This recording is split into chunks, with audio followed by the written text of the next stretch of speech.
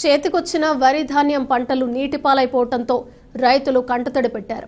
అకాల వర్షం కారణంగా సాగు చేసిన వరి పంటలు పూర్తిగా దెబ్బతిని నీటిపాలైపోయాయని రైతులు ఆవేదన వ్యక్తం చేశారు. సిద్ధవటం మండలంలోని లింగంపల్లి, మంగళవారిపల్లి, కడపాయపల్లి గ్రామంలో రైతులు సాగు చేసిన వరి, మినుము, అరటి పంటలు వర్షాల కారణంగా పూర్తిగా నేలమట్టం అయిపోయాయని, పొలాల్లో వర్షపు నీరు ఏరులై ఉప్పొంగి ప్రవహించడం వల్ల వరి పంటలు పూర్తిగా నీటిలో మునిగిపోయాయి.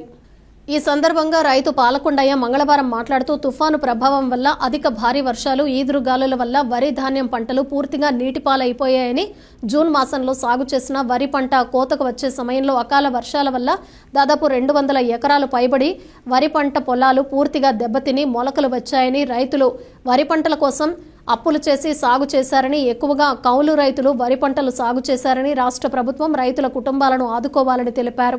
వరి పంట పొలాల్లో వర్షపు నీరు ఉప్పొంగి ప్రవహిస్తున్నాయని, రైతులు సాగు చేసిన పంటలు నీటిపాలైపోయాయని, రైతులను ప్రభుత్వం ఆదుకోకపోతే రైతులకు ఆత్మహత్య తప్ప ఇంకో మార్గం లేదని, పేద బలహీన వర్గాలకు చెందిన కౌలు రైతులు పంట పొలాలు సాగు కొరకై అప్పులు తెచ్చారని తెలిపారు.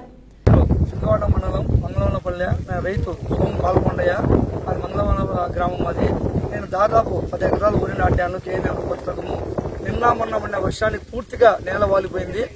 ఈ వరి పంట వల్ల నేను చాలా ఇబ్బంది పడతాము. గవర్నమెంట్ మాకు ఏదైనా సాయం చేస్తే మేము లేకుండా చాలా ఇబ్బంది పడతాం సార్. మేము దయవుంచి చంద్రబాబు నాయుడు గారు, పవన్ కళ్యాణ్, లోకేష్ బాబు దయవుంచి రైతుల మీద ఖచ్చితంగా మాకు ఏదైనా న్యాయం చేస్తేనే మేము మా ప్రత్యామ్నాయ పంట వేరే పంట పెట్టుకుంటాము. లేకుండా పోతే మేము చాలా ఆత్మహత్య చేసుకోవాల్సి వస్తుంది ఖచ్చితంగా.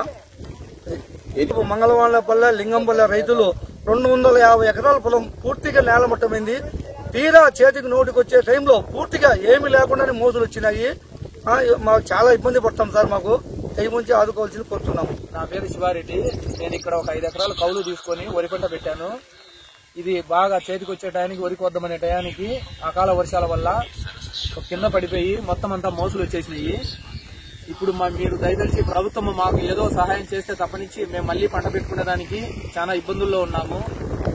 మీరు దయవుంచి ప్రభుత్వం ఎటువంటి పరిస్థితుల్లో కూడా ఏదన్నా సహాయ చర్యలు చేసి దీనికి ఏదన్నా మాకు న్యాయం చేయాలి కంపల్సరీ.